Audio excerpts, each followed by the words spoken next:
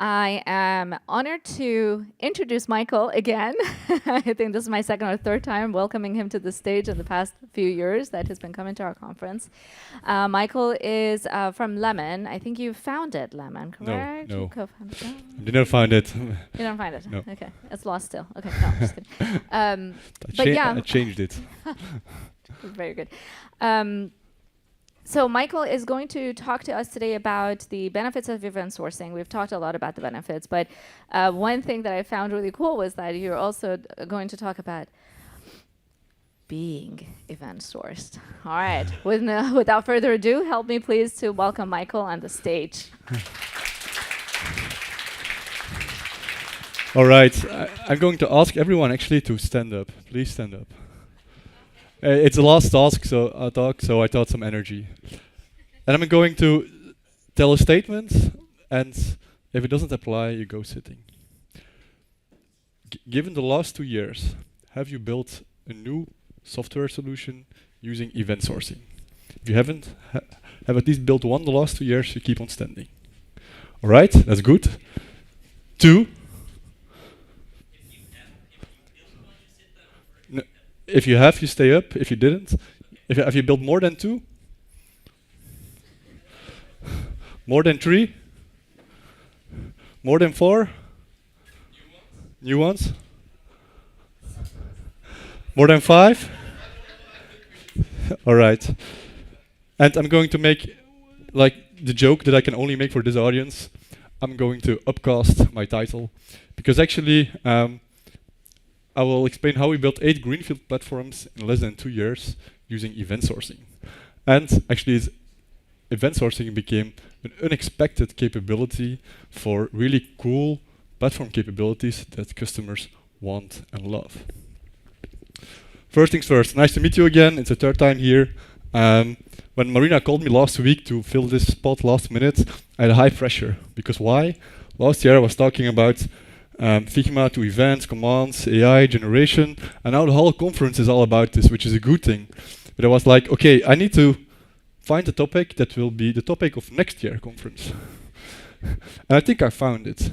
And although I'm not Gen Z, I like to manifest. And we should all manifest this. Next year, the main topic will be that event sourcing is mainstream. At least, at our company, it is mainstream.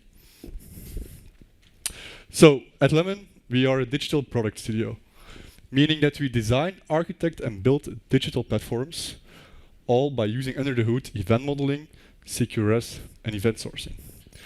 On the left, for example, a project for the Port of Antwerp. Yesterday, I looked in the event store, almost 2 million events since 2025. Another platform, Sparks, it's a really cool sport entertainment park that has the ambition to open 200 parks in Europe. They already have 2. Since this year, their new live software, 12 million almost events. So, like, we built real systems that are used by real users using event sourcing. And most of those systems, they have several components. One, there's always some kind of enterprise platform that like power users need to use, like business users, and that we want to standardize on UX. We don't want to reinvent UX. It needs to be like quickly built, best practices, and so on. But we also have touch points because our customers need to sell and need to buy things from suppliers. So we have those like unique touch points for the suppliers and customers. And there is where we tailor the UX. But under the hood, it's all event sourced. And Allard was joking about the Greenfield. Yes, we can do better every time when we start a new project because we have the opportunity to start every 3 to 4 months with a new project, which allows me and our team to refine our best practices and discover new patterns and apply them on the next project. And that's really a unique opportunity we have, but it's also a very hard problem to solve. Because I need, and our team need to consistently beat the software development lifecycle. Otherwise, we go bankrupt. Because, as you won't know, but most of our projects are fixed price. So it needs to be predictable. And mainly my CFO is really concerned about predictable profit. And that's not easy, as you all know, because the software development lifecycle is full of evil villains that we need to conquer every time. And my answer, I found it actually last year on this conference. It was a quote or a principle from Russ Miles. Make the right choice simple for your people and easy, and make the other things possible. And that made me think. And it made me think to this principle, which is mine, make the right path the path of least resistance. When best practices are baked into the default way of working at your company, your engineers will naturally tend to follow them. And that alignment reduces cognitive load and frees up space for creative problem solving. And if you combine this with a good engineering culture that is both pragmatic, but also you have a kind of a reinforcement learning culture, then you will compound proven solutions over time. And over time, you have a network of trusted paths that you know there are proven paths to common problems you have to solve. You know how to solve.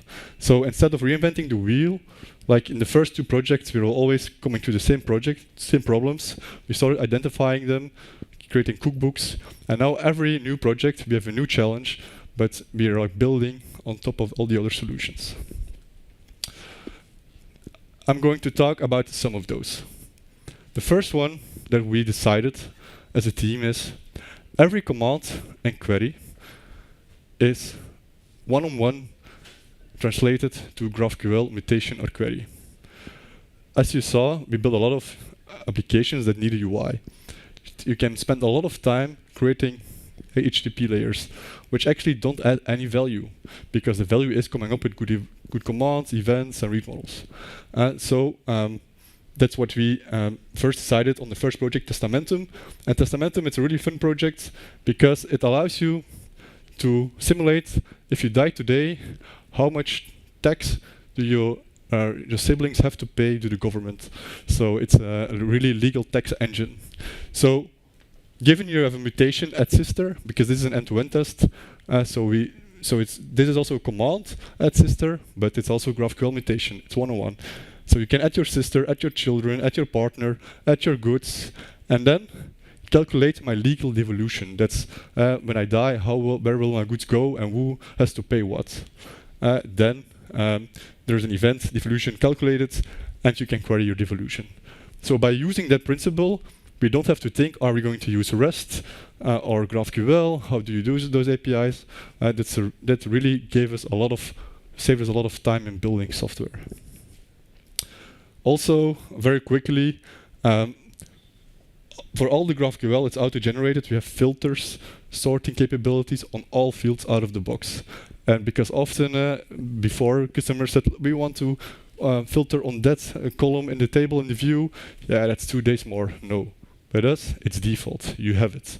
It's an easy problem. If you solve it once very well, it's for free forever. Well, one small note. We do GraphQL without a full graph of interconnected edges and nodes. Otherwise, you can blow up your server. Then also a thing with GraphQL is every query is one read model or one collection and table for performance. And actually, thanks to DCB, I had a good chat with Mitchell last evening. We can solve it with Axon. So given in time, you have an author that is created, then you have a book listed, and then you have an author biography revised. Our principle is that we want one single collection, one table, to query the book read model. It has the ID, the title, the author, the ID of the author, which are all in this book listed event, because this initiates the initial projection, creates this instance. But we also need the name and the biography, but that's back in time. So how can we go back in time? And thanks to the dynamic consistency boundary, we can, on the event handler, we can set like a sourced at entity, event source entity handler to source the state of the author, go back in time, add it here, and then from then on, we start listening on all the events from author changes we want.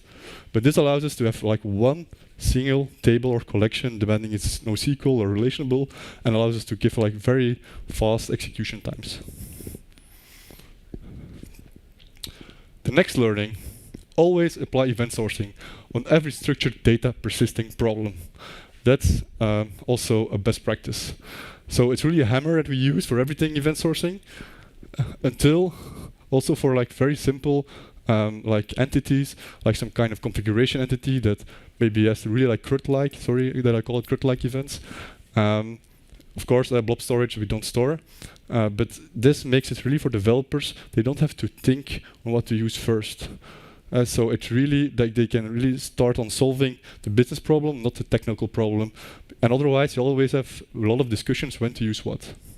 But at some point, we really had an issue, because I showed you the application for the Port of Antwerp. We were tracking 24/7, every 5 seconds, 35 buses. Were sending like location events. Believe me, in 1 month we had 800 gigabytes pure on those events. It was still performant, but the storage cost was really high. So another thing, and I know, and in the previous talk, but also Martin, eventual consistency, that's a fact. We have that problem. And yeah, it can cause a problem on UX. And I don't agree with most of the others here. We just wait for it. We just really wait for it. So you do like a mutation, a call, you do command, you apply the events, it updates all the projections, and then when all those are done, we just return the response. And why? Because it makes UX easy. And they say, no, you have to solve it, but I think that's not a good argument. And for now, we are very pragmatic because it works. Our average response times across all our 8 applications are below 300 milliseconds. So that's still quite performant, so we don't have an issue there. Then, event modeling isn't optional. Every project we started before, we had like the analysis paralysis. You have all those documents, business requirement documents, user stories, functional requirement documents, that are at some point are getting outdated or contradictory, and you don't know what is the source of truth. And a fun fact, customers, they don't like to pay for analysis because they think it's a waste of money. Although we know as engineers we need it. But when we started introducing event modeling, we could visually represent the solution. They could really like tangibly see, all right, if I sign off on this event model, then I know what I'm going to get. The second thing is it creates a shared understanding with your customer, but also with your team. And you really do on expectation management. And that's really like a nice benefit that we saw with our customers. And I don't say that business requirements and functional requirements aren't valuable, but not in like stacked documents where you can't collaborate, where you can't do comments. Because this is a screenshot of a real event model. You see all the comments with the customer. It's all there in one place, very visual. The second thing we did is for Greenfield projects, and note if you have like an ISO certification, don't do this, then keep using Jira. But Miro beats Jira for Greenfield and involved teams. Those teams, they were all part of the event modeling session. Why should we create empty shell Jira tickets to follow up progress? On every slide, we have 3 icons. First, start with feedback. All the slides marked with feedback are going to be discussed in the next Amigo meeting with the customer. Once they give their check mark, we start developing. And so we can visually on Miro see where we are in the flow. Where am I? Then, as everyone already know, we don't sell or use event sourcing in marketing as a unique selling point. I asked ChatGPT, go to our website, and figure out how Lemon builds software, digital products. And it didn't, it said, well, there's no definitive proof of event sourcing in their production systems. I'd found some LinkedIn posts and so on, so we don't actively market it. But that's also the advantage we have because customers come to us to build software. Often they just want it to be working software, so we don't often have to explain it to architects that are on the other side. So we have that advantage, I know. But we don't explain it because once you start using DDD, event sourcing, they're really, really lost in space. But that's nothing new. What we do sell is a Kickstarter template called the managementplatform.be approach, where we actually sell capabilities. And now I'm coming to the capabilities, to the initial title. Capabilities that users really want and that are actually very easy to build when you use event sourcing or event-driven under the hood. For example, you have in your platform somewhere an action, a user action. Then we can say to business, visually, we do it in a demo, on like a demo application. When you add here a sprint, if you want, for example, to trigger an email, we can do that. You can configure it even yourself in the admin part of our platform. So they start understanding, all right, if I have an action, I can send the data or trigger another process, which is very hard to implement if you're not event-driven. But if you're using event sourcing, you're event-driven, it's very easy. For example, we also have time-based triggers, but the customers can register their own webhooks in our platform, like select the events or read models when they change, and then you're sent to, for example, Zapier or other integration tools. And this is really a killing feature because, first of all, the software built for them is their software, but even although it's locked in their software and their event store, they also can easily distribute it to other systems. Another thing that is obviously, but really helps is the activity overview. On every view we have here, it's like for a car fleet app where you like manage your cars, and if there are damages. On every such tab here, we have always the event history. We expose the event history to our customers because, and that was a customer request. I want to know when Ronnie did something wrong that it was Ronnie. They really wanted auditability, and so that's no problem. We can just expose the events that happened, and even if you click on what data has changed, for example, in the read model. And this allows us also then to think, this forces us that the events are really like business events. And secondly, they start thinking in events. And that's what we want.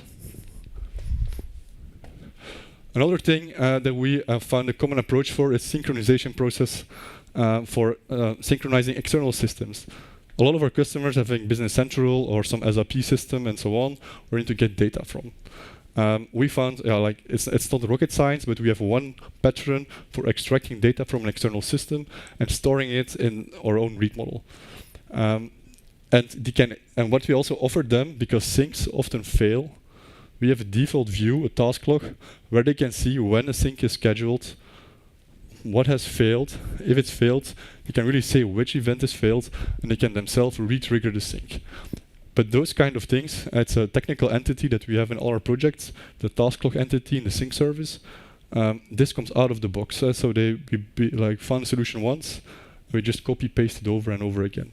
And those kind of features, like when you can show them and we say you can have them for free, that really helps us of selling our software. And then, what if the IT guy asks how you do things? Because that happens. And then I'm just honest. But one tip, I don't show the event stored first. I first show the read models. Because that's like, they can recognize that. And then I show the event store. Especially like next week, I even have like a meeting with the Power BI person. I will do the same. So, and then, it's my LinkedIn post from last week. When you talk about event sourcing, never, in my opinion, when you start like comparing it versus CRUD, it really like make people angry. So please don't do that. And I really want to ask the community, for me, and maybe I can be wrong, it's more state-based versus event-based, or business operations versus CQRS-based naming operations, but not CRUD versus event sourcing. I think we are comparing the wrong things, and it makes people very angry and like, oh no, I've learned all my life the acronym CRUD. So don't do it anymore. That's what I ask for the community. So I think that will help us like selling it easier. And then what's next? And that's something actually from yesterday night's dinner. But it's true, we are finding the S in MCP. We also enabled MCP in our platform. It's not in production yet, because we're not yet able to do it securely. Finding the S in MCP, that's the joke, there's no S in it. So we have to tackle that problem. Also, we are working, or we are actually looking at the community, and that's really cool about Holistic and what Martin is doing. and also Samatung from On.Auto is from event model to code and back. I really believe in that. Another thing we are brainstorming about on whiteboards is how we can tie event models to customer journeys. And customer journeys can be represented by case management, CMN, and notation. If we can do that, because the business is really interested in how is the customer journey going. Because there they want to really see the bottlenecks and so on. So we're looking at ways on how we can achieve that we on top of the event model can really like display the customer journeys.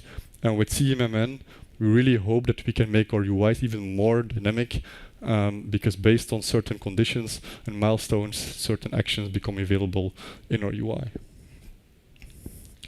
So that's actually it for me. So feel free to ask questions.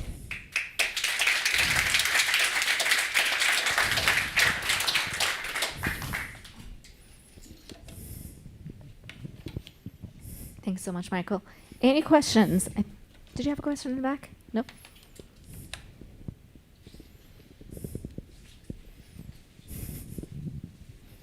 For your customer projects, are you hosting Axon Server yourself, or are you using a cloud-based version, or something else? No, we have two with Axon. One with Axon Server, one is hosted by the customer itself, and we're also, because we're both a Node company and a Java company, we also have another framework for the Node.js world. So.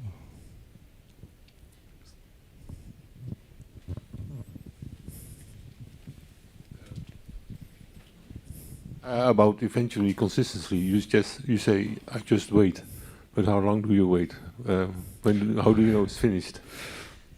Yeah, we can really await it. We don't have that in our Axon projects, but in the other project we just really await it when everything is done, because we can really await async operations. And really, it's like we can opt out of that functionality, because some operations can really take long. And there we can like choose, the developer can choose for that one, I don't want to wait on it and just return optimistically an update. But we really monitor very well our response times. And if there are no issues there, then we use it, just wait on all the event handlers to be finished.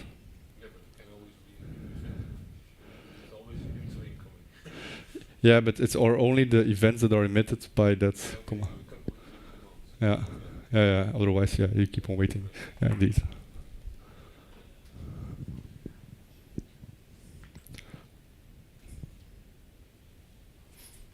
Thank you. In all these, that's a lot, 8 projects in 2 years. Are there common problems you saw with GDPR regulations and all that stuff? For now, we don't have any problems about it. The things we use Axon for, we have the Axon module. For another, we also use we're like one of the pioneers with solid data vaults or privacy data vaults, where actually every user can have its own data vault and host it. There was Linker, I talked 3 years about it, and there we really store the personal data, and we don't store it in the event store, but you first store it in the data vault of the user. We only store the metadata actually. It's like we know the name of the user, we don't store the name. Mm-hmm. But you don't, yesterday we had that presentation about health data. Mm-hmm. They have audit visits every year and standards they have to meet. That's not the case. That I'm not the range you're in at the moment. No, because we have one application in healthcare, but that's not event source. That's an older one. But there we have actually on the database we have the there is some database change capturing that's kept for 3 months to see what happened there. Well, thank you so much, Michael, for the amazing talk. Thank you, everybody.